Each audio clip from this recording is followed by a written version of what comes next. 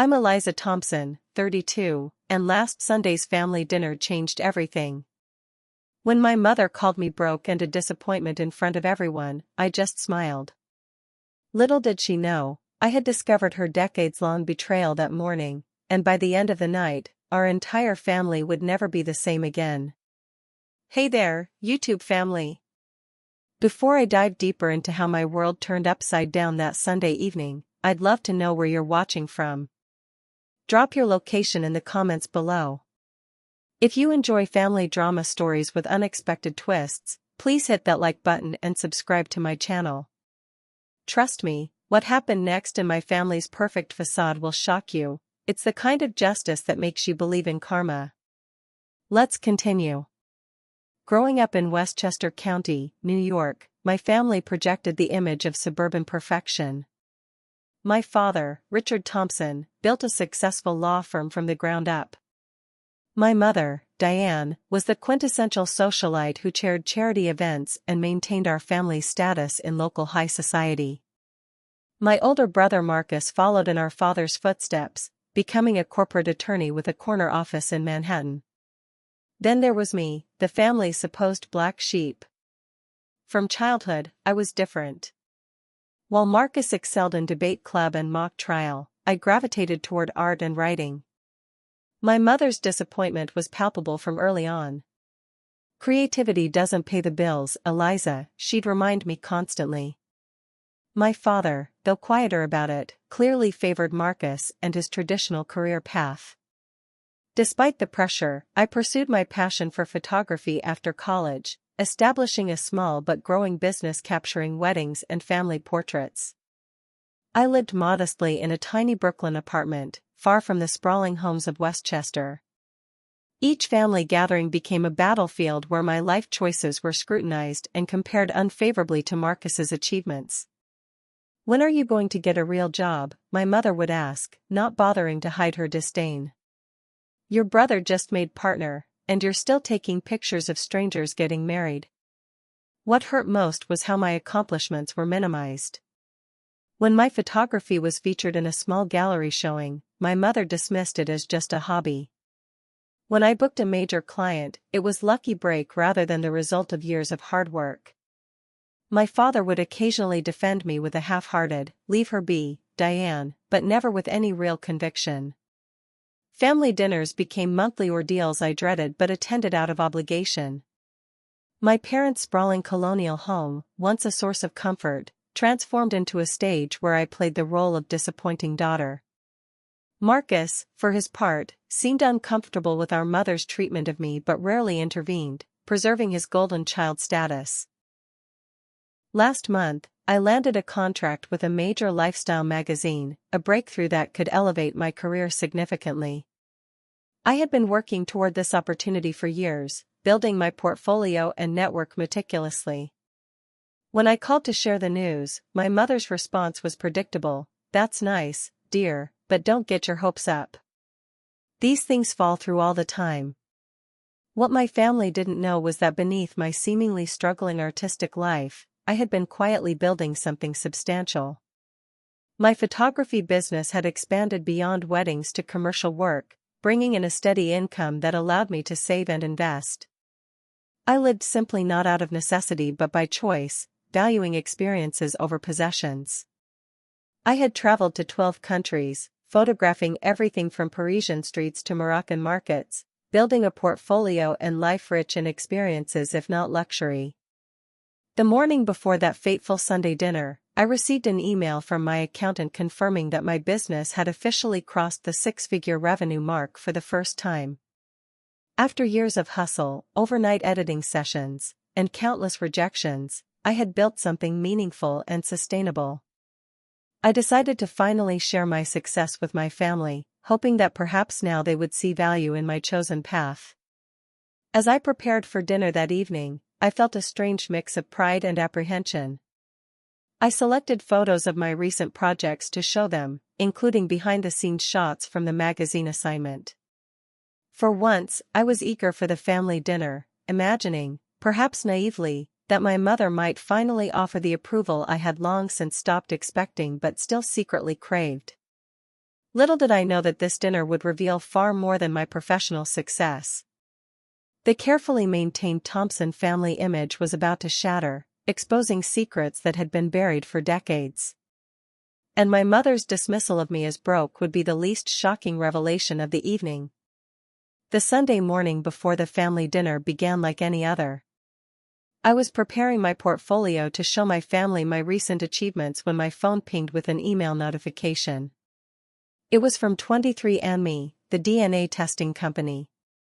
3 months earlier, I had submitted a sample on a whim after a friend discovered distant relatives through the service. I hadn't thought much about it since then, assuming it would merely confirm what I already knew, that I was of primarily English and German descent, like the rest of the Thompson family. The email indicated my results were ready. Curious but expecting nothing remarkable, I logged into my account. As I scrolled through the ethnic breakdown, something immediately seemed off.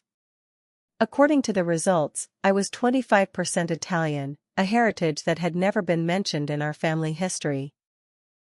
Even more puzzling, the DNA relative matches didn't include Marcus, who had done the test last year during a family health scare. Confused, I called the customer service line, thinking there must be some mistake. The representative patiently explained that while half-siblings share approximately 25% of their DNA, my results showed no significant genetic relationship with Marcus. The implication was clear but seemed impossible. Marcus and I did not share the same biological father. My hands shaking, I hung up and sat in stunned silence. Questions flooded my mind. Had my mother had an affair? Was my father aware? Was this why I had always felt like an outsider in my own family? The timing of the discovery, just hours before our monthly family dinner, seemed like some cosmic joke. I spent the next few hours in a daze, researching genetic relationships and trying to make sense of the information. I found myself scrolling through old family photos, noting for the first time subtle differences in my features compared to my father and brother. My darker hair and olive complexion, always attributed to a distant grandmother, suddenly took on new significance. On an impulse, I searched my mother's old college yearbooks, which she kept in a digital archive she had once shared with me. In her junior year photos, I noticed a man named Antonio Russo who appeared in several pictures with her. He had the same dark features as me, the same slight curl to his hair. A quick social media search revealed he now lived in Boston and worked as a restaurant owner. His profile showed recent photos of him with his family, and the resemblance between us was undeniable. I felt as though I was watching my identity unravel in real time. Everything I thought I knew about my family was called into question. Why had my mother kept this secret for over 30 years? Did my father know I wasn't biologically his? Was this the real reason for the emotional distance I'd always felt from him? As the time for family dinner approached, I faced a decision: confront my family with what I'd discovered or keep the knowledge to myself until I understood more.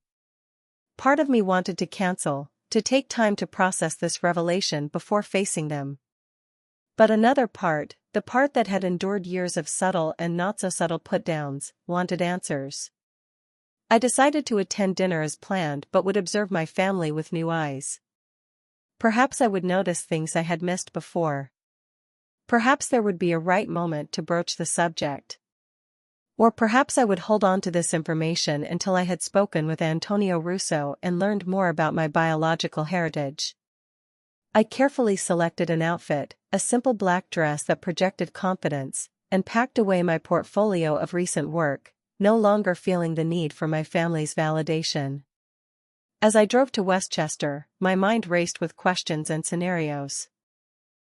By the time I pulled into my parents' driveway, I had composed myself enough to present a calm exterior, though inside I felt anything but calm.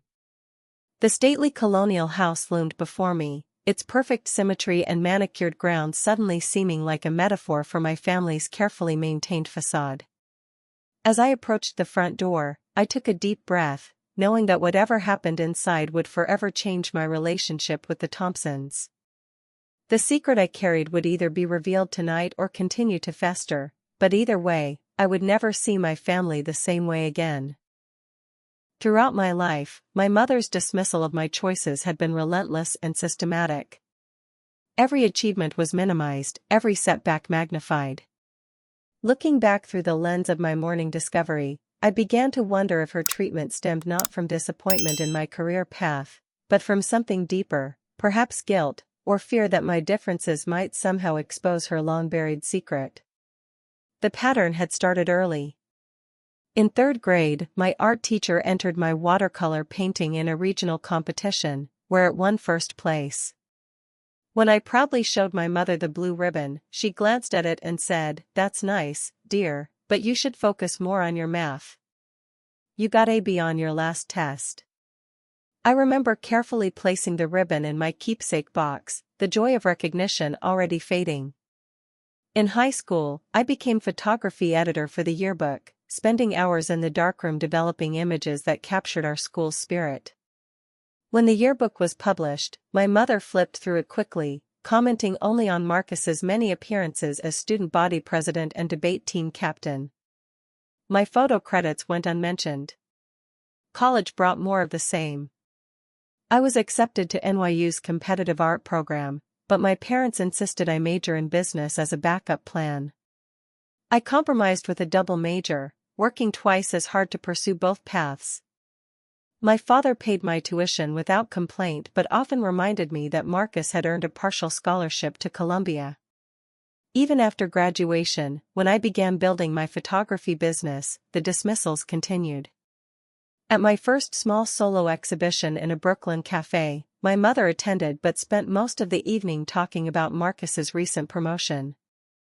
When I landed my first wedding client, a college friend who took a chance on my portfolio, my mother warned me not to mess up their special day. What hurt most was how my financial choices were constantly criticized. My decision to invest in high-quality camera equipment rather than a larger apartment was deemed irresponsible. My preference for experiences over possessions was labeled immature. When I traveled to Vietnam on a shoestring budget to photograph rural communities, my mother told her friends I was finding myself instead of building a career. "When will you grow up and get serious about your future?" became her refrain at family gatherings.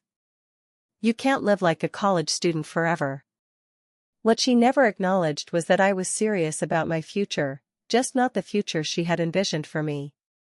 Each critique reinforced the message that I somehow didn't measure up to the Thompson standard, that my creativity was a flaw rather than a gift. Marcus occasionally tried to buffer our mother's criticism.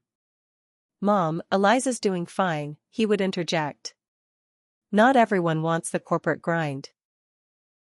But these defenses were half-hearted at best, quickly abandoned if our mother turned her disapproval in his direction. My father remained largely silent during these exchanges, retreating behind his newspaper or excusing himself to take work calls.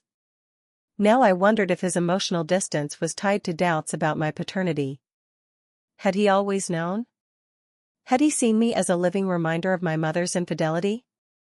Last Christmas, I gifted my parents a framed portrait I had taken of them in their garden, a candid moment capturing a rare instance of genuine affection between them. My mother had placed it on a side table in the den rather than on the mantel where family photos were prominently displayed. "It's a bit artistic for the living room," she explained, not realizing how deeply the comment stung. As I pulled into their driveway for the fateful Sunday dinner, these memories flooded back. For years, I had tried to earn my mother's approval and my father's attention. I had alternately rebelled against their expectations and tried to meet them halfway. I had attributed their treatment to traditional values and conventional definitions of success. Never had I imagined that beneath it all lay a secret that would explain so much about our family dynamic. Entering their house that evening, I felt a strange sense of calm. The discovery of my true paternity had shifted something fundamental in me. No longer did I crave their validation, I simply wanted the truth. As my mother greeted me with her usual critical once-over, I smiled, knowing that for the first time in our relationship, I held information that would change everything. "You're late," she said, checking her watch with a frown. "Traffic," I replied simply, stepping past her into the house that suddenly felt less like my childhood home and more like the stage for a confrontation decades in the making.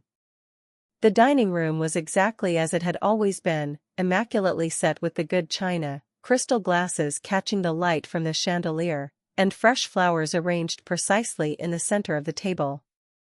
My father sat at the head, already nursing a scotch, while Marcus and his wife, Jennifer, were engaged in conversation about their recent vacation to the Maldives.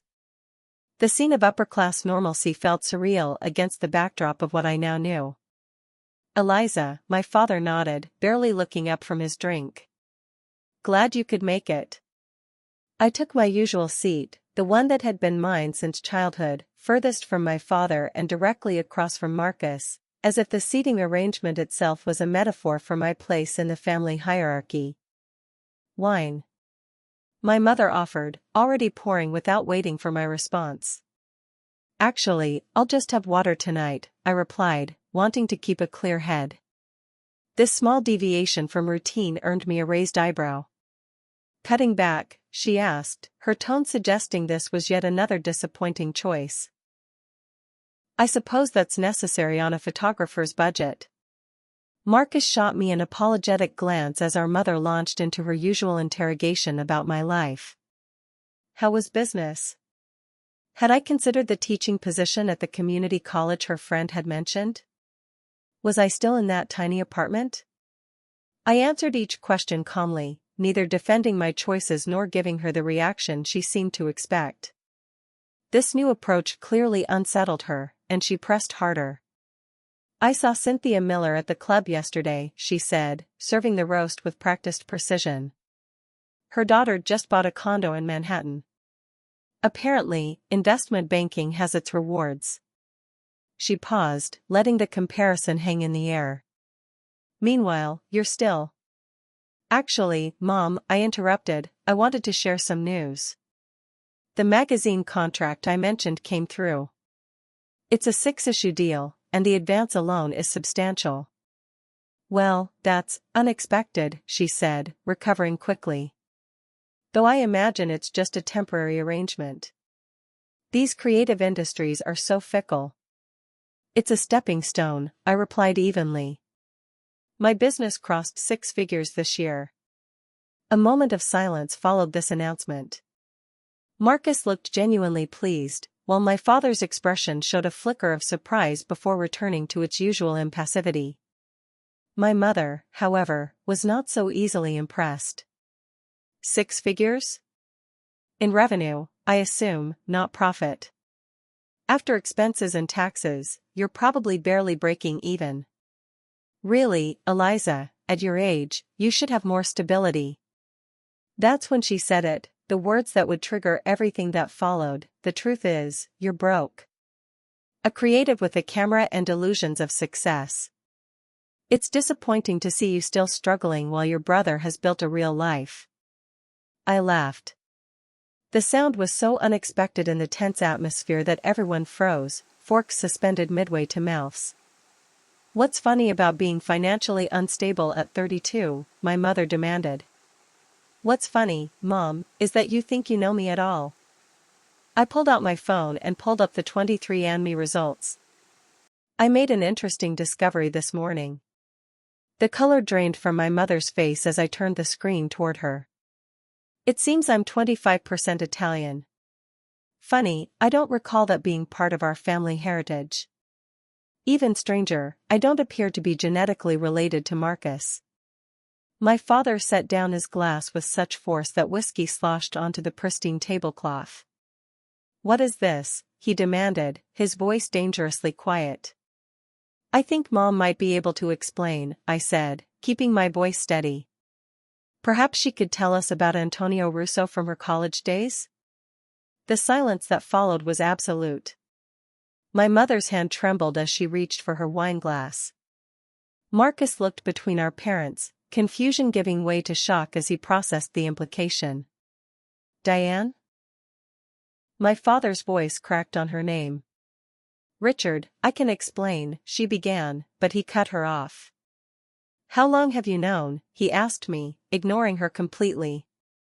Since this morning, I answered honestly. I never would have known if not for the DNA test. He nodded slowly, then turned to my mother. And you've known for 32 years. It wasn't a question, but she answered anyway. Yes. Did Marcus know?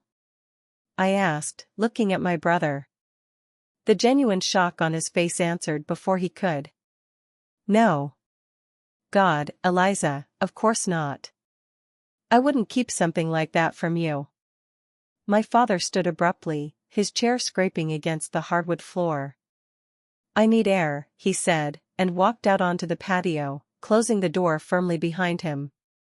My mother's composure, so carefully maintained through decades of social climbing and family management, finally crumbled. You had no right, she whispered. No right to bring this up here, like this. Like you had the right to lie to me my entire life? I countered. To treat me like I was less than Marcus, less than the Thompson standard? Was that why, Mom? Because I was never really a Thompson to begin with? Hey YouTube family, this is getting intense, right? I can still feel the weight of that silence in the dining room. Before I continue with what happened next, and believe me, it gets even more shocking, take a second to hit that like button if you've ever had a family bombshell dropped on you. Are you Team Eliza or Team Diane?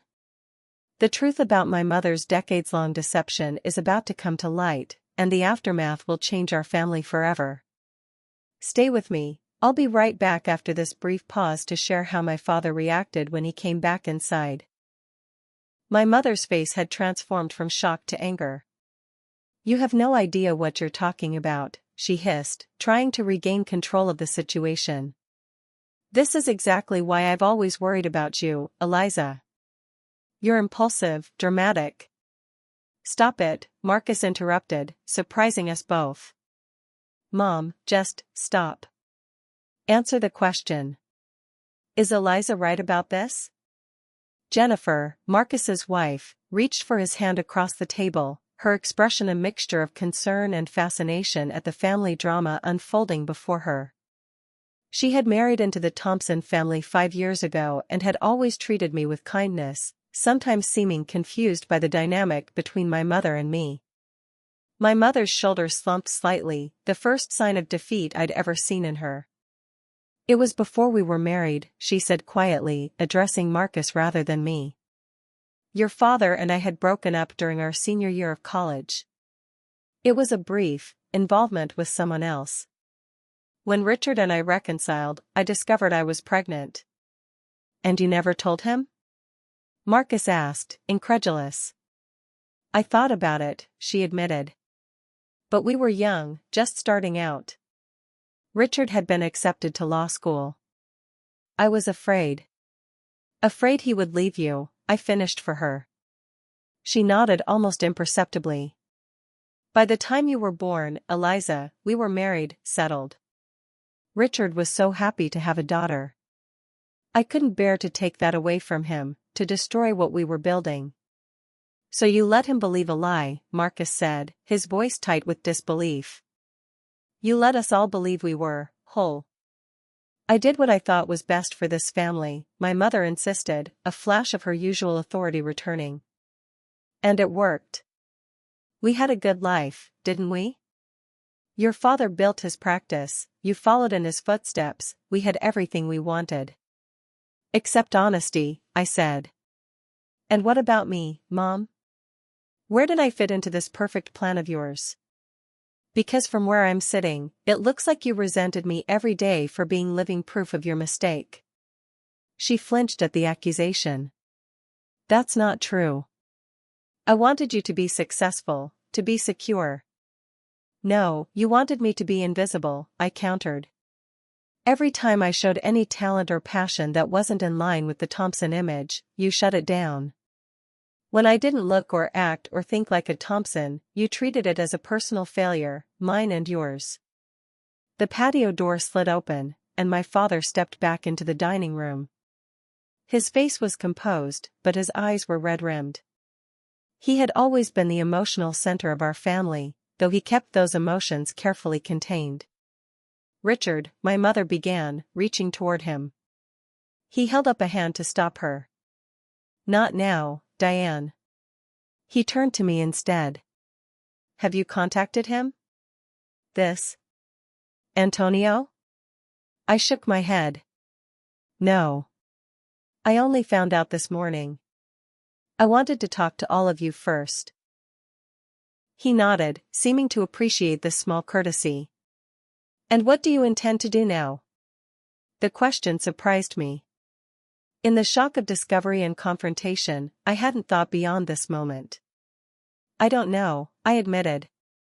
I think I'd like to meet him, eventually. To understand that part of myself.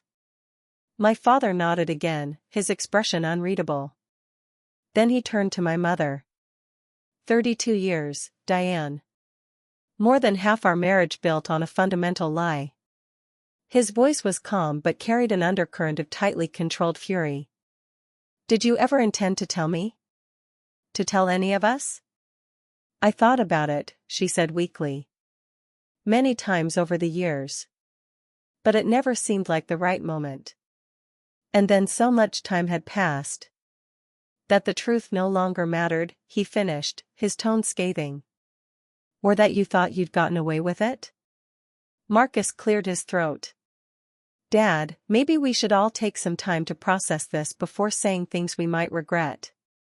Regret, my father repeated, the word hanging in the air. Yes, there's plenty of that to go around tonight. He turned to me again. Eliza, I want you to know something. Whatever comes of this, however you choose to proceed with this information, you are my daughter. Biology doesn't change the fact that I held you the day you were born, taught you to ride a bike, walked you down the aisle at your school graduation. Those things are real. Tears sprang to my eyes at his words, the first unequivocal acceptance he had offered me in years. Thank you, I managed to say. As for you, he continued, turning back to my mother, we'll discuss this privately. But make no mistake, Diane, things will change. I can't simply forget this deception or continue as if it never happened. My mother's carefully composed facade finally cracked completely. Richard, please, you have to understand. I was trying to protect our family. No, he cut her off. You were protecting yourself. And in doing so, you've hurt every person at this table. He stood, straightening his shoulders. I think dinner is over. Marcus, Jennifer, thank you for coming. Eliza, he paused, looking at me with new eyes, thank you for your honesty, however difficult it was to hear. As my father walked out of the dining room, the weight of 3 decades of secrets went with him. My mother remained seated, staring at her untouched plate. Marcus and Jennifer exchanged a look, clearly unsure whether to stay or go. I should probably leave, I said, standing. This isn't how I expected tonight to go. How did you expect it to go? My mother asked bitterly. Did you think exposing this would somehow make things better? I didn't come here planning to expose anything, I replied honestly. But when you called me broke and disappointing, again, something snapped. I'm tired of being the family failure when the real failure was honesty. Marcus stood as well. Eliza's right, Mom. This isn't her fault. She didn't create this situation, she just uncovered it. My mother looked up at him, betrayal written across her features. You're taking her side? There are no sides, Jennifer interjected quietly. Just a family in pain. As I gathered my things to leave, I realized that the portfolio I had so carefully prepared, the evidence of my professional success, remained untouched in my bag. Somehow, in the face of this much larger revelation, it no longer seemed important whether my mother recognized my achievements.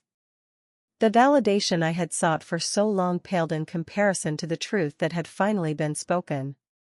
The week following the disastrous family dinner passed in a blur. I threw myself into work, grateful for the magazine deadline that kept me too busy to obsess over the family implosion. By day, I photographed Brooklyn artisans for the feature spread, by night, I researched Antonio Russo, the man who shared my DNA.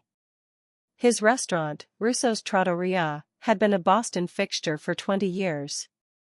The website showed a cozy space with exposed brick walls and family photos. In one image, Antonio stood with his wife and 3 children, 2 sons and a daughter, all with the same dark hair and eyes that I saw in my own mirror each morning. On Thursday, my father called. It was our first conversation since the revelation, and his voice sounded tired but resolute. "I've moved out temporarily," he told me. "I'm staying at the Westchester Grand while I figure things out." "I'm so sorry, Dad," I said, guilt washing over me. "I never meant to blow up your marriage."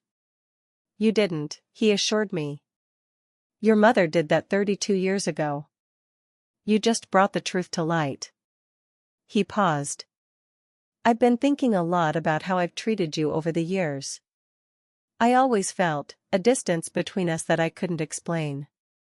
I think on some level, I sensed you weren't biologically mine, and instead of examining that feeling, I just pulled away. That wasn't fair to you." His candor moved me to tears. "It means a lot to hear you say that. Have you decided whether to contact him?" "This Antonio?" he asked. "I think I want to," I admitted. "Not to replace you, that's not possible, but to understand that part of myself." "I think you should," he said, surprising me. "You deserve answers. And for what it's worth, I'd like to meet him too, someday. The man whose daughter I've had the privilege of raising."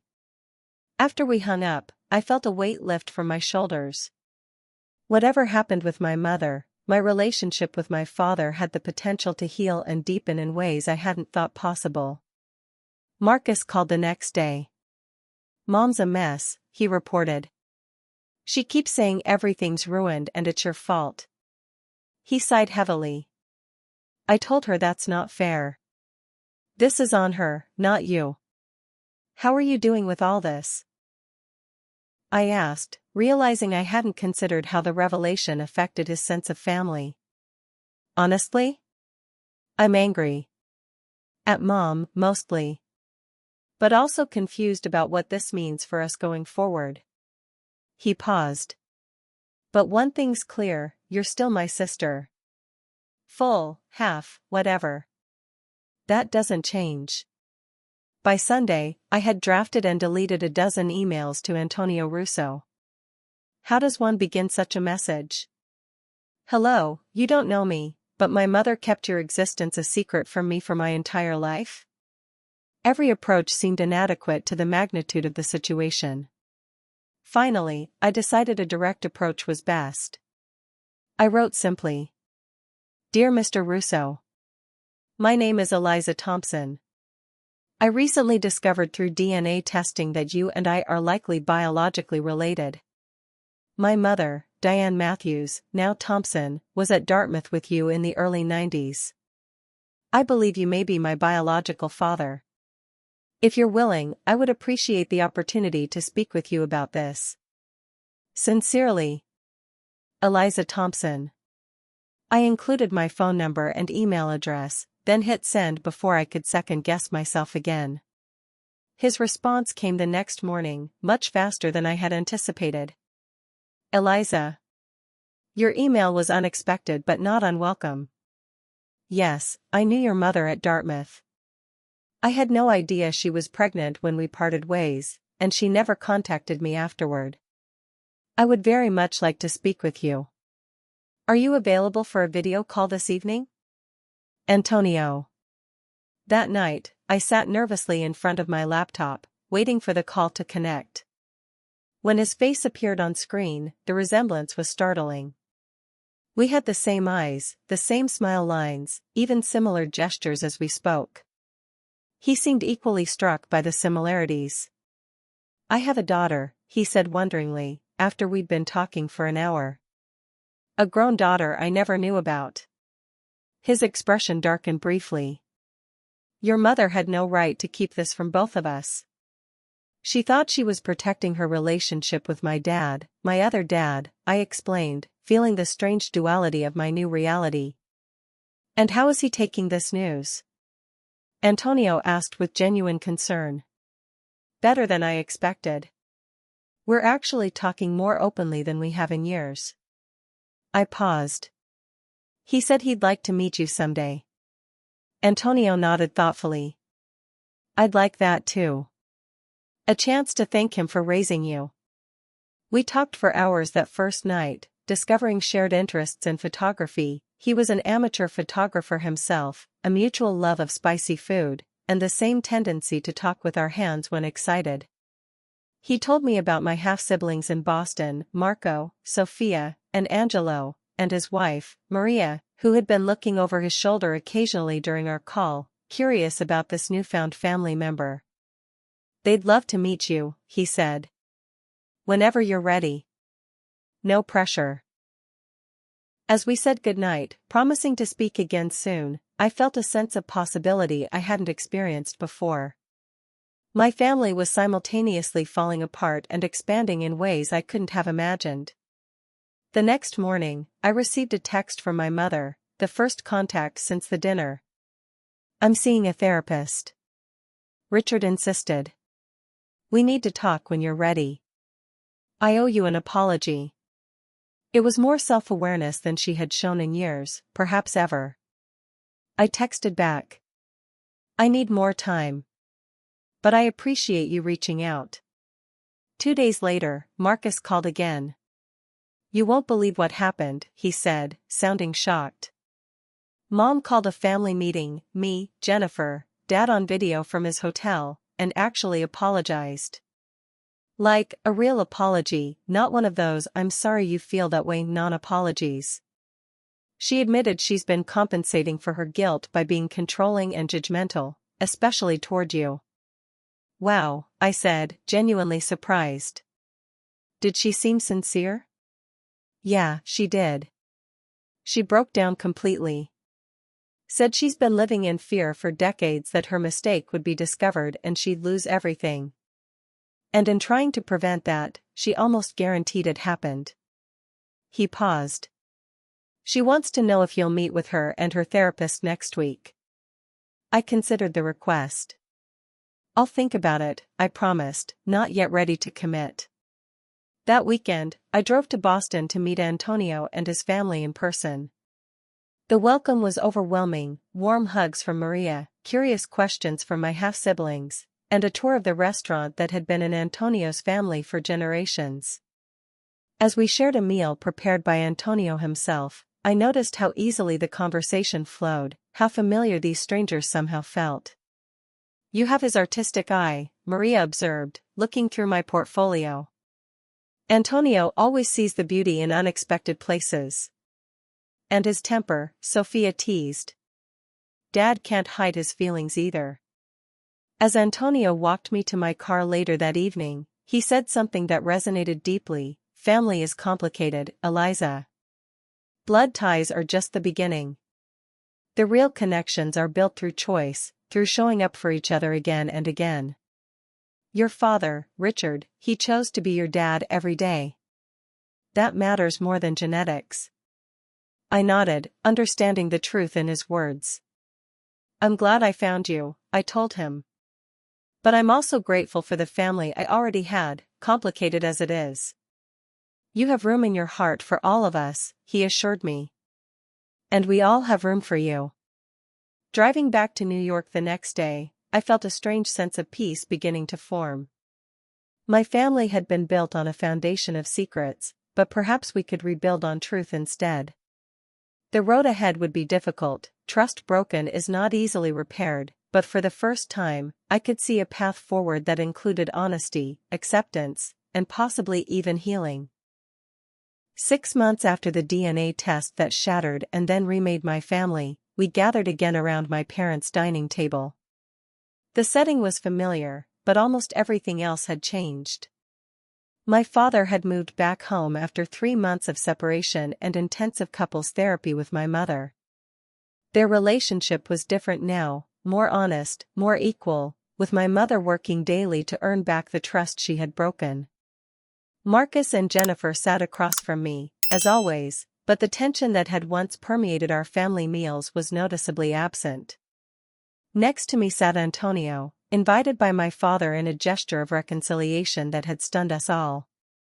His wife Maria had come too, bringing homemade tiramisu that now waited in the kitchen for dessert. The most striking change, however, was in my mother. Gone was the critical, controlling woman who had dominated our family dynamic for decades. In her place was someone more vulnerable, more authentic. The perfectly coiffed exterior remained, but her eyes held a new humility. "I'd like to make a toast," my father said, raising his glass. "To truth and second chances." We all lifted our glasses, the crystal catching the light just as it always had. But this time, instead of reflecting a false perfection, it seemed to amplify the genuine connection forming between us. My mother had apologized to me properly during our therapy session 3 months ago. It wasn't easy, for either of us. She had broken down completely, admitting that her harsh treatment of me had been a projection of her own shame and fear. "Every time I looked at you," she had confessed through tears, "I saw my mistake. Not you, never you, but my lie. And instead of facing it, I pushed you away, criticized you for being different when those differences were what made you uniquely yourself. I can never undo that damage, Eliza. But I hope someday you can forgive me." Forgiveness didn't come immediately. It came in small moments, when she actually listened to me describe a photography project without judgment, when she asked to see my portfolio and then sat quietly absorbing each image, when she called just to check in without an agenda. Slowly, we were building something new between us, something based on who we actually were rather than who she had tried to force me to be. My relationship with Antonio had developed too. We weren't trying to create a father-daughter bond that would replace what I had with Richard, that would be impossible and unnecessary. Instead, we were forging a connection that honored our biological tie while respecting the life and family each of us had built separately.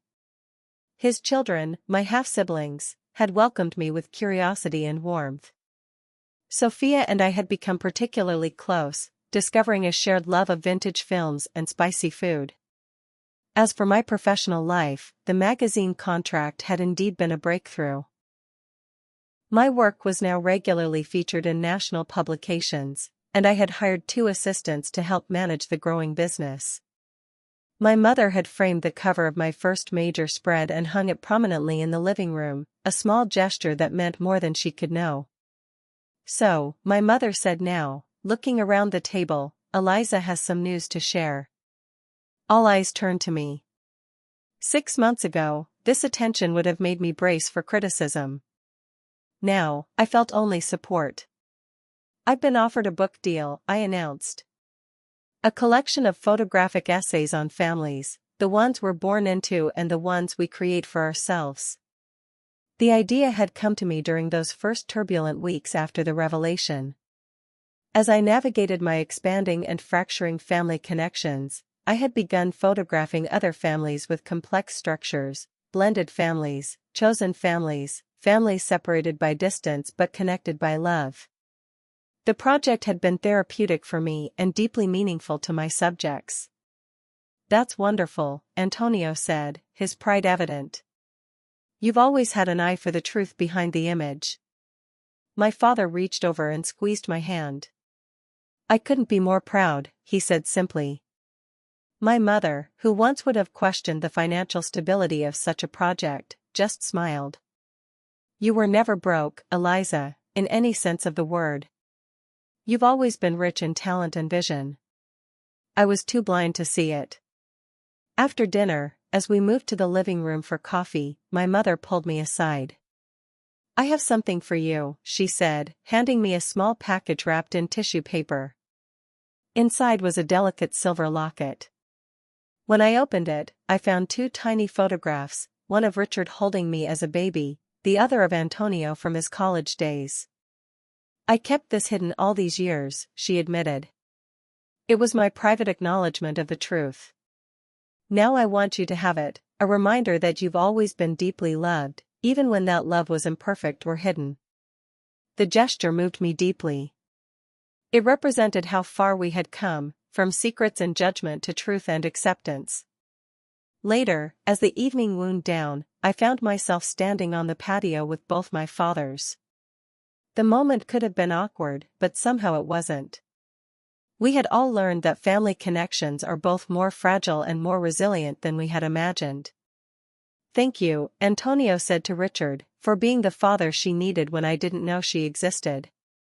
"And thank you," Richard replied, "for being generous enough to share her with us now."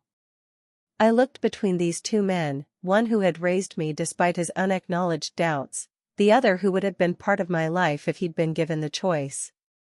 Both had shown me what family truly means, not perfect bloodlines or flawless facades, but the willingness to choose each other, to forgive, to begin again. As I drove home that night, I reflected on how that fateful family dinner had changed everything. My mother's dismissal, "You're broke," had been the catalyst for a truth that had been buried for too long. The facade had cracked, painfully at first, but what emerged was far more valuable: authentic relationships built on honesty rather than appearances. My phone pinged with a text from my mother: "Thank you for giving me a second chance. I love you, exactly as you are." I smiled, knowing that second chances were the greatest gift any of us could receive. The broken pieces of our family hadn't been reassembled into the same perfect image, they had been transformed into something new, something genuine, something stronger for having been broken. Hey YouTube family! What an incredible journey this has been, sharing my story with all of you. Has your family ever experienced a moment where everything you thought you knew was turned upside down? I'd love to hear your stories of family secrets, forgiveness, and rebuilding in the comments below. If this story resonated with you, please hit that like button and subscribe to hear more real-life family dramas and the lessons I've learned through them. Your support means everything to me. Share this video with someone who might need to hear that family healing is possible, even after betrayal. And remember, sometimes what seems like the end of your family story is actually just the beginning of a more authentic chapter. Thank you all for watching. I'll be back next week with another story about how karma and justice played out in my cousin's wedding disaster. Until then, be kind to yourself and remember that your worth isn't determined by anyone else's opinion of you.